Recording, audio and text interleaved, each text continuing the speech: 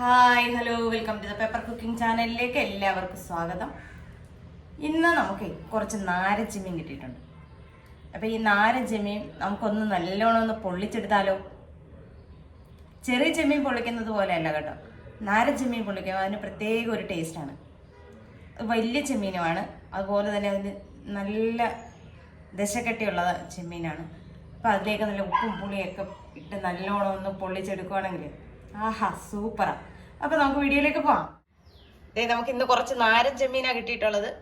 അപ്പൊ നമുക്ക് ഇതൊന്ന് വൃത്തിയായിട്ട് ക്ലീൻ ചെയ്തെടുക്കണം.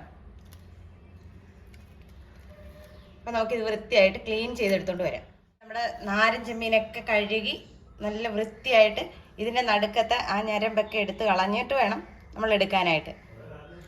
അപ്പൊ വൃത്തിയാക്കി കൊണ്ടുവന്നിട്ടുണ്ട്. ഇതിലേക്ക് നമുക്ക് കുറച്ച് സാധനങ്ങൾ ചേർത്ത് കൊടുക്കണം. അതായത് കൊച്ചുള്ളി, ഒരു 20-25 കൊച്ചുള്ളി ഉണ്ട്. ഇനി കൊച്ചുള്ളി എടുക്കാൻ മടിയുള്ളവർക്ക് എളുപ്പത്തിന് സവോള വേണേലും ഇതിനകത്ത് കൊത്തി അരിഞ്ഞ് ചേർത്ത് കൊടുക്കാം. നമ്മൾ ചെറിയ ഉള്ളിയാണ് ചേർത്തിരിക്കുന്നത്.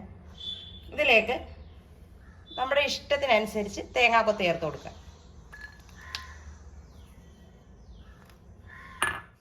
പിന്നെ നമുക്കിതിലേക്ക് ഒരു 4 കഷ്ണം വെളുത്തുള്ളി നെടുകെ കീറി അതും ചേർത്ത് കൊടുക്കാം.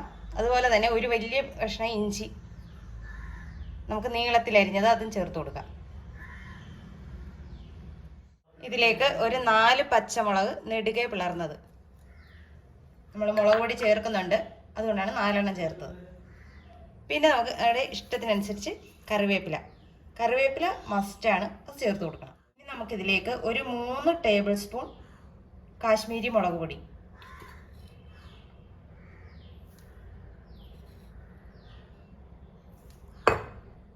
ഒരു ടേബിൾ സ്പൂൺ കുരുമുളക് പൊടി, അതുപോലെ തന്നെ ഒരു 1/4 ടീസ്പൂൺ മഞ്ഞൾപ്പൊടി. മഞ്ഞൾപ്പൊടി വളരെ കുറച്ച് ചേർക്കാവുള്ളൂ. ഒരു 1/4 ടേബിൾ സ്പൂൺ പെരിഞ്ജീരകം പൊടിച്ചത്. ഇനി ഇതിന് ആവശ്യമായ ഉപ്പ്.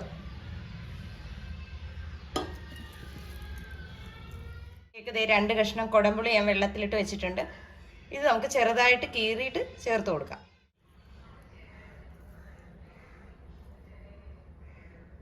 തക്കാളി ചേർക്കുന്നുണ്ടെങ്കിൽ ഈ പുളി നമുക്ക് ചേർക്കുന്നത് ഒഴിവാക്കാം. പോരാത്ത പുളി ചേർത്താൽ മതി. അതായത് തക്കാളി പുളി ഇല്ലാത്തതാണെങ്കിൽ മാത്രം നമുക്ക് കൊടംപുളി ചേർത്ത് കൊടുത്താൽ മതി. ഇത് ഇച്ചിരി പുളി ചേർത്ത് വയ്ക്കുന്നതാണ് നല്ലത്. ഇതിലേക്ക് ആവശ്യമായ വെളിച്ചെണ്ണ ചേർത്ത് കൊടുക്കാം.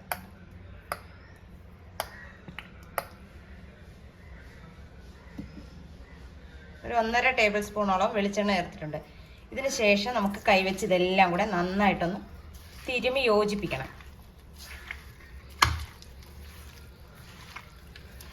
നമുക്ക് ചെമ്മീൻ ക്ലീനാക്കി എടുക്കുന്നതും ഈ ചെറിയ ഉള്ളി എടുക്കുന്നതും മാത്രമേ ഇതിനകത്ത് പണിയുള്ളൂ. എല്ലാം അടുപ്പിച്ച് വയ്ക്കുകയാണെങ്കിൽ വളരെ പെട്ടെന്ന് തന്നെ നമുക്കിത് തയ്യാറാക്കി എടുക്കാൻ പറ്റും. വളരെ സ്വാദിഷ്ടമായിട്ടുള്ള ഒരു സംഭവമാണ് ഈ നാരൻ ചെമ്മീൻ പൊള്ളിച്ചെടുക്കുക എന്നുള്ളത്.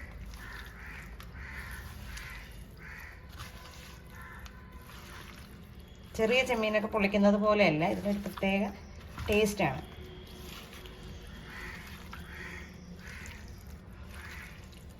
നന്നായിട്ട് ഇത് നമ്മൾ വെച്ചിട്ടുണ്ട്. ഇനി ഇതിനകത്തോട്ട് ഒരു ശകല കൈവെള്ളം കൂടെ നമ്മൾ തളിച്ചു കൊടുക്കും.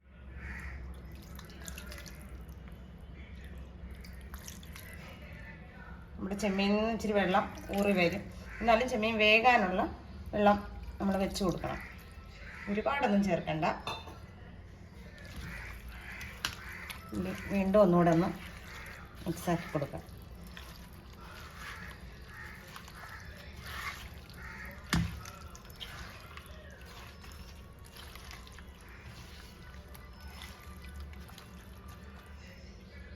നമ്മുടെ ചെമ്മീൻ അടുപ്പത്തോട് വെച്ച് കൊടുത്തിട്ടുണ്ട്.